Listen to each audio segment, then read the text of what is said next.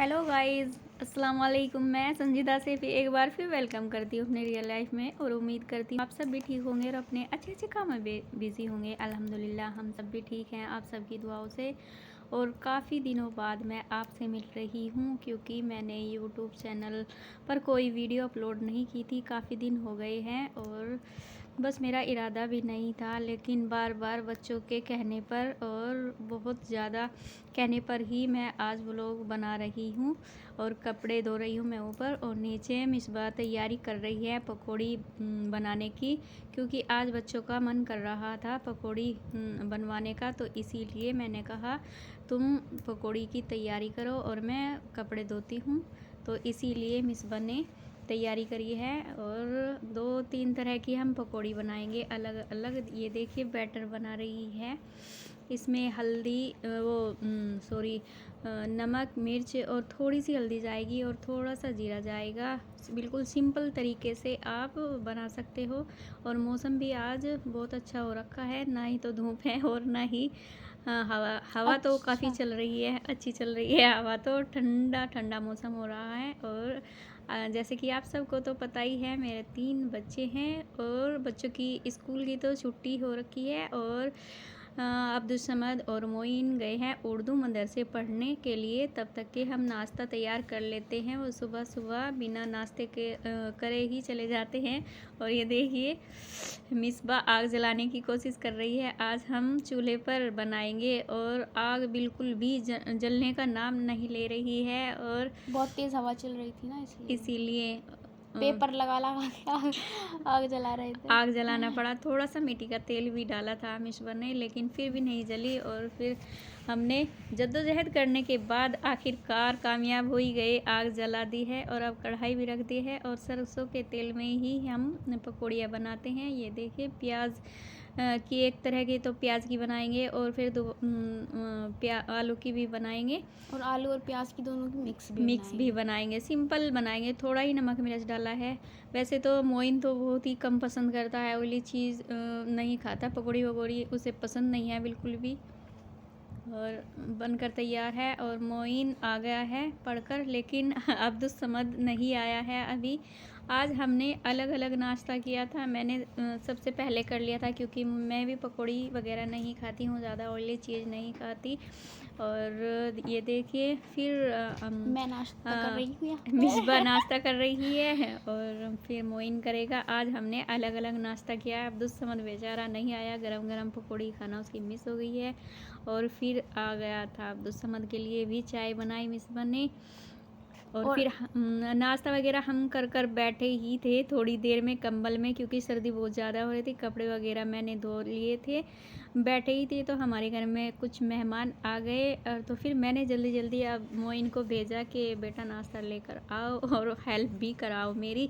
और मोइन नाश्ता लगा रहा है। मोइन मेरे बच्चे तीनों ही बहुत अच्छे हैं और मिसबा और मोइन तो मेरी हेल्प करवा देते हैं। लेकिन अगर अब्दुल समद से कुछ 1-2 काम मैं करा लेती हूँ तो वो कहता है अम्मी जी सारे काम आप तो मुझी से करवाओगी, मिसबा से भी करा लो। तो इसीलिए वो बहुत काम चोर है। और फिर बैठा बैठा और हमारी बात सुन भी रहा है। और ये देखिए अब हम शाम के खाने की तैयारी कर रहे हैं। शाम के खाने में आज बना रहे हैं हम स्टू। और स्टू की रेसिपी देखिए, 1 केजी हमने मटन लिया है और 1 केजी ही हमने प्याज लिया है और लहसुन और अदरक फाइन चॉप कर लिए हैं और ग्रीन चिली भी है। और हाफ केजी हमने टमाटर लिए हैं और साबुत खड़े मसाले लिए हैं, लौंग इलायची जीरा तेज़पत्ता। और ये इनको भी हम अच्छे से गरम मसालों को अच्छे से कूट लेंगे इमाम जस्ते की मदद से। और ये देखिए हमने प्याज को भी इस तरीके से चॉप किया है, ना ही तो ज़्यादा बारीक किया है और ना ही ज़्यादा मोटा किया है, क्योंकि हमें फ्राई करना है। और आग हमारी अच्छे से जल चुकी है। चूल्हे पर ही हम मज़ेदार सी स्टू की रेसिपी बनाने जा रहे हैं, ये देखिए। और ये साबुत मसाले हमने बताया था मैंने पहले भी कि इमाम जस्ते की मदद से हम कूट लेंगे, क्योंकि फिर बच्चों को अच्छा नहीं लगता, काली मिर्च वगैरह मुंह में आ जाती है इसीलिए। और टेस्ट भी मसालों का बहुत अच्छा आता है कूटने के बाद। और देखिए हमने मसाले तो डाल दिए हैं जो हमने कूटे थे, दरदरा कूटा था। और प्याज भी डाल दिया। प्याज हमें ज़्यादा तलने नहीं हैं, बस हल्के से ही तलने हैं ताकि ये सॉफ्ट हो जाए और इसका कलर चेंज नहीं करना है, सिर्फ सॉफ्ट हो जाए। और फिर हम जो हमारा मटन है अच्छे से धोकर रख लिया था 1 kg, वो भी हम अभी ऐड कर देंगे। और अगर हम ज़्यादा ब्राउन कर लेंगे प्याज को तो अच्छा टेस्ट नहीं आएगा हमारी रेसिपी का जो हमें चाहिए। और ये देखिए ये अच्छे से मैंने पहले ही धोकर रख लिया था ताकि इसका पानी अच्छे से निकल जाए। आज ना सुबह से ही मेरा चूल्हे पर बनाने का मन था, क्योंकि सर्दी भी बहुत ज़्यादा हो रही थी। और आज यूपी स्टाइल में, देसी स्टाइल में चूल्हे पर बना रही हूँ। सुबह का नाश्ता भी और दोपहर का भी, आज शाम का खाना भी चूल्हे पर ही बनेगा। और ये देखिए जो मैंने चॉप करके रखे थे लहसुन, अदरक और ग्रीन चिली को भी इसी टाइम डाल देना है। इसको डालकर फिर हम चलाएँगे अच्छे से। और ये देखिए चलाने के बाद फिर हम और मसाले ऐड करेंगे, वो भी आपसे शेयर करेंगे। देखिए इसमें नमक और टेस्ट के अकॉर्डिंग, नमक तो टेस्ट के अकॉर्डिंग डलेगा, थोड़ी हल्दी, रेड चिली और हरा धनिया भी डलेगा इसमें। हरा धनिया बाद में ऐड करेंगे। नहीं, हरा धनिया नहीं, पिसा हुआ धनिया हाँ। ऐड कर दिया है। और धनिया थोड़ा ज़्यादा जाता है क्योंकि ग्रेवी धनिया से और प्याज से ही बनती है। ये देखिए, और हमारा इस तरीके से अगर आप बनाओगे देसी स्टाइल में तो बहुत मज़ेदार स्टू बनकर तैयार होगा।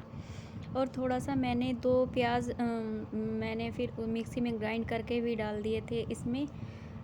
इससे ये ना थोड़ी देखिए ज़्यादा ग्रेवी हो जाएगी। हाँ, प्याज अगर आप जितने आप मटन लिया है 1 kg और 1 kg ही इसमें प्याज जाएगा तो बहुत ही अच्छा टेस्ट आता है और ग्रेवी भी बहुत अच्छी बन। और यहाँ पर हमारी लाइट चली गई थी क्योंकि इन्वर्टर पे हम इसको पीस रहे हैं ना, लाइट नहीं आई है अभी। और टमाटर भी हमने वो कर लिया है, मिक्सी में ग्राइंड करके डाले थे।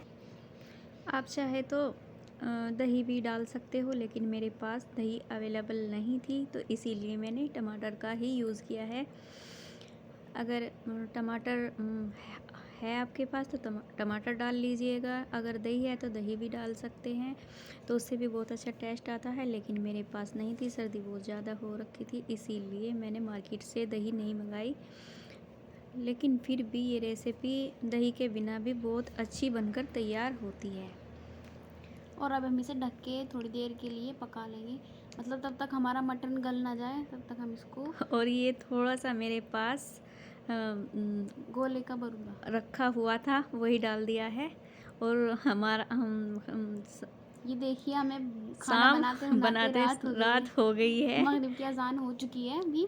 और अब हम आ गए हैं किचन में बन रही है खिचड़ी। अब्बा के लिए खिचड़ी बन रही है। मिसबा के दादाजी के लिए खिचड़ी बनाई हुई है क्योंकि उनका पेट थोड़ा ख़राब हो रखा था, इसीलिए उनकी फरमाइश आई है कि मैं रोटी नहीं खाऊंगा, मेरे लिए खिचड़ी बना देना।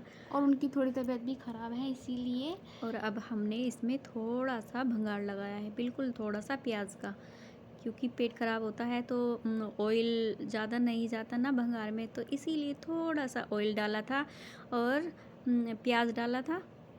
और हमारी खिचड़ी बनकर तैयार हो गई थी। और अब मोइन खिलाने के लिए गया है। और अब हम यहाँ पे बनाने लगे हैं रोटी मेरी लगभग बन चुकी है।